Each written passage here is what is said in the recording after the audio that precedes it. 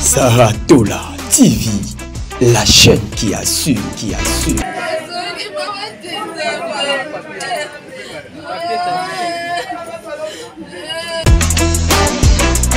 Saratola TV, la chaîne qui assure. C'est vraiment un autre monde. Et ça lui passe. Saratola TV, la chaîne qui assure. Saratola TV, la chaîne qui assure.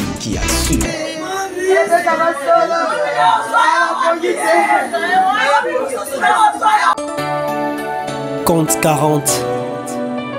Compte 40 ezali titre nzembo oyo artiste musicien Diego Milito auti kobimisa kasi kokamwa ayembi yango na Saratola oyo nanu ayemba te yokeloko oyo Arc-en-ciel le bibi poe kanga mvula elembo nini chéri na ngai otie na motema Chiswaka Patrick nazolela tous les jours Papa Samuel ya maman Madolelo na Germanie Tala, bon consommer déjà compte 40 pour eza déjà disponible na marché de disques payé na ba plateforme nyonso boyoka po eza na bakunga danger eza na clip ya qualité musala esalemi kitoko Diego Milito bayembaka nde boye po olakisi expérience ndenge oyembisi Saratola oyo nanu atikala koyemba te mais abimisi son ya qualité pe respecter ba note vocale kaka ndenge ezalaka keyo oui 40 client nanga c'est yo fournisseur quarantaine nanga c'est yo les clous et les marteaux chapelle na bamoupe chrétien repenti confession Gina c'est bolingwa amatu atrike Chiswaka koyeba musala esala kelengi bondimela ngai esengeli koyeba ke na occasion ya 4e édition trophée mwasi ya talo organisé par ONGD SD magistral et sika wapi la journaliste influenceuse et femme entrepreneur congolaise Saratola azwaki bongo diplôme d'excellence kasi botuna ngezalaki mpona nini mpona baémission kitoko oyo asalaka na korespecte déontologie pe éthique kaka ndenge ezalaka notamment émission histoire vraie pe lisusu émission parlant du business kasi ntango azwaki trophée oyo Saratola adediaki yango na basi nyonso ya Congo nazalaki sélectionné lokola mwasi ya talo na média en ligne. Je suis la seule chroniqueuse oyo va remettre nga mérite na trophée. Donc ça montre que même si on est dans le bêtise, même si on est dans les clashs, même si on est dans le buzz, mais il faut tous rappeler un côté positif na biso moko oyo peut-être ekoki kosunga yo lobito ekoki ko faire représenter quelque part au vandana ba grande personne avec les grandes dames de na vanda ilelo bokanisi esili tiens lokola azalaka na fondation ezali koporte kombo na ye Saratola mokolo ya dimanche 25 décembre 2022 akendaki bongo kofete Noël na baorphelin oyo bazalaka bongo na orphelinat amema situé na quartier 7 na commune ya Njili esika wapi mama ya bolingo ya motema malamu Saratola abinaki aliaki pe apasaki bamoma ya kitoko elongo na bana oyo bapara na bango batika mokili ya se kasi mutu akopesa bango affection azalaka te basepeli kofete na mama ambiance ezalaki ya kosakana te kasi bobosana te ke année passée Saratola elongo na fondation na ye mobimba babimisaka bongo kelke mama na bahôpitaux nyonso wana na susi kaka ya kosunga pe kosalisa Saratola walai ndimelanga ke oza ya nzambe mapamboli na nzela na yo basi ya boye nde Kongo eza nango mposa mpo na développement ke yo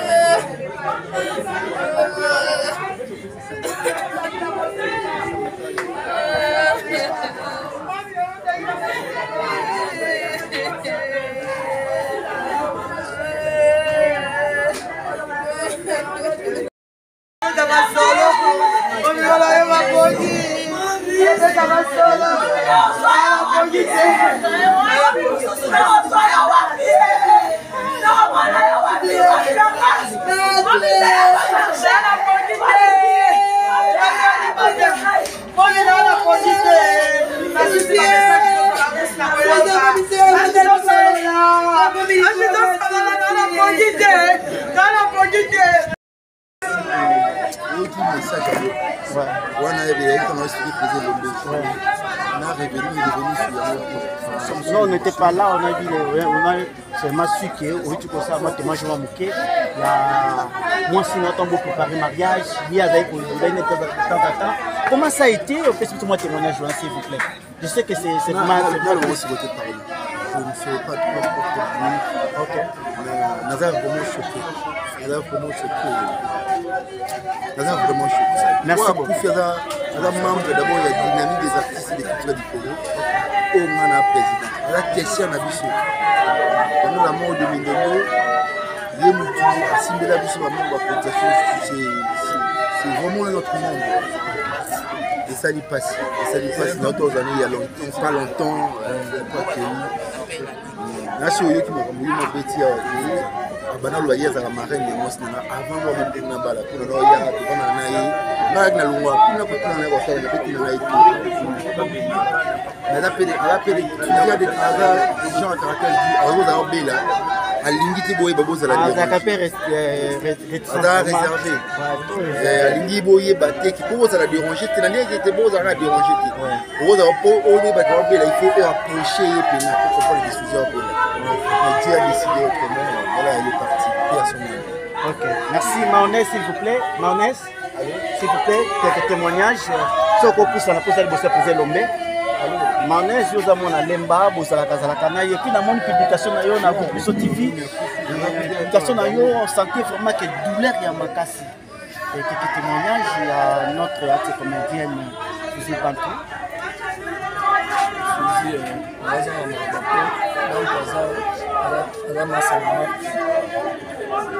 y a un tournage compliqué. On a ébélé, et puis pendant un tournage, on a ébélé tout sur le lac. Le bon latino a profité, ça me dépasse quoi. Ça me dépasse. On va donner un moment à Ebozara qui peut-être ensemble. Bah, que ce soit dans les chaque gamme. Presque chaque épisode. Parce que ce soit après la soirée de sécurité, on va nous sécuriser donc. Les affaires. Le matin, on est jour à Koufaki. Même si on a piqué crise, on ne savait même pas. On a un peu de ouais. Mais bon, on quand on est on est Samir. La plupart, on a fait comme ça les choses. Pas Bakoura, habité, bande d'habiter à Siko. Un bon mélange de bande. Ok. Moi, je ne savais même pas. On est bataillé. Après la bière, on a eu un peu de temps. On a eu un peu de temps. On a eu un peu de temps. Ok, ça va pas. On m'a dit, moi, je vais faire un peu de temps. Il y a mal. On a un hôpital. Putain. On a mis un modèle, on a habité. On a un hôpital. On va passer dans toi. C'est du malaise parce que c'est là. On a appelé après 30 minutes. Donc on a coupé leur mot pour moi. J'ai appris ça. On a fait étrange. Dès que j'ai un bang, là on t'a là. On a mon temps de nous faire un on va décoller. Parce que ceci va dernier moment vous allez chaque jour. Après ça qui on malobamo ko la malaise toi alors même malobamo zo kanisa. Nous serons monnaie à relation avec les hommes. Alors bela kate lobamo te lezo mona ke ya ça ko atikila ko malobasuka. Ya le no ba film o ba nakile lo to ba ngokile lo to za tso ngadi ko za tso no film. Donc sur l'année normale, on a fait des choses comme malade. Maintenant on sent que non. Elle est un peu malade, mais à bon bah elle est malade. C'est grave, ça m'a pas dit. Merci.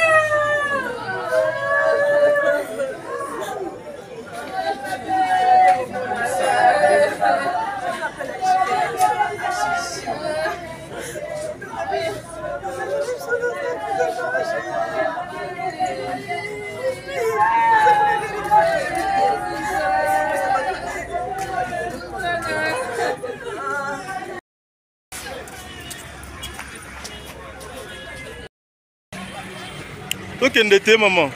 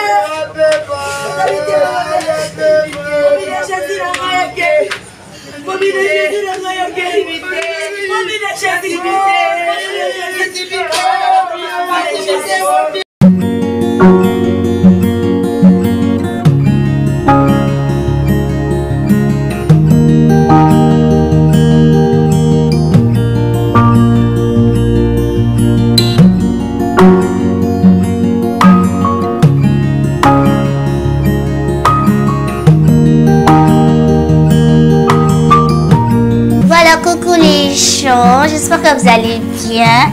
It is me, Aïda, Aïdou, Aïkat, moi c'est Peace Baby Kenda, Lisa McDoy, $1. Voilà, bon, mon attitude maquillée chez Madame Agnon, Madame Agnès, Agnès Coiffure toujours. Elle dévoilé nos secrets nanga, place beauté nanga et Batama, voilà, beauté nanga et Batama et Madame Agnès. Voilà, mingi olobéate, pas trop de commentaires, salon de coiffure, ils allaient à mon webinga so na ngeng na boye ilonge pata boye suki kitoko boye ezalaka Agnès Coiffure. Voilà, make-up basalinga eza mingi pour na bandekola biso oyo aza na mariage, aza na collation, anniversaire, voilà. Oza na posa ba makio te ne longi na eza étonné. Ne longi zo ti mate nani nda simbio, voilà. Omona ngande botula ngasala maquillage kitoko basali o wapi ya na bisa lumba na Agnès Coiffure. Madame Agnon alambinga parce que grâce à moi c'est pisse, nalingaka trop elongi na côté pisse. En plus c'est côté pisse ya biloko eza solo. Eza te côté pisse ya biloko misusu boye ba tie make-up lelo lobe bibi bouton lobe le comme misusu ka elongi ba voisine, donc voilà. Na bona za mona likambo et pas ba voisin. Bana poto bozo ya vacances awa bana poto o bozo ya kotala ba famille, bozo ya ba fête. Pour nous biso c'est pas loin. Toza musikate juste en face à et après ça on a des numéros de contact bezawana. Toza na Nyongwe na Willery na Arrêt Major. Boya na salon Agnès Coiffure. Mingi on sala ba commentaire exact vraiment besoin. So bon on peut ça là professionnel ayo le la marathon c'est que professionnalisme TikTok.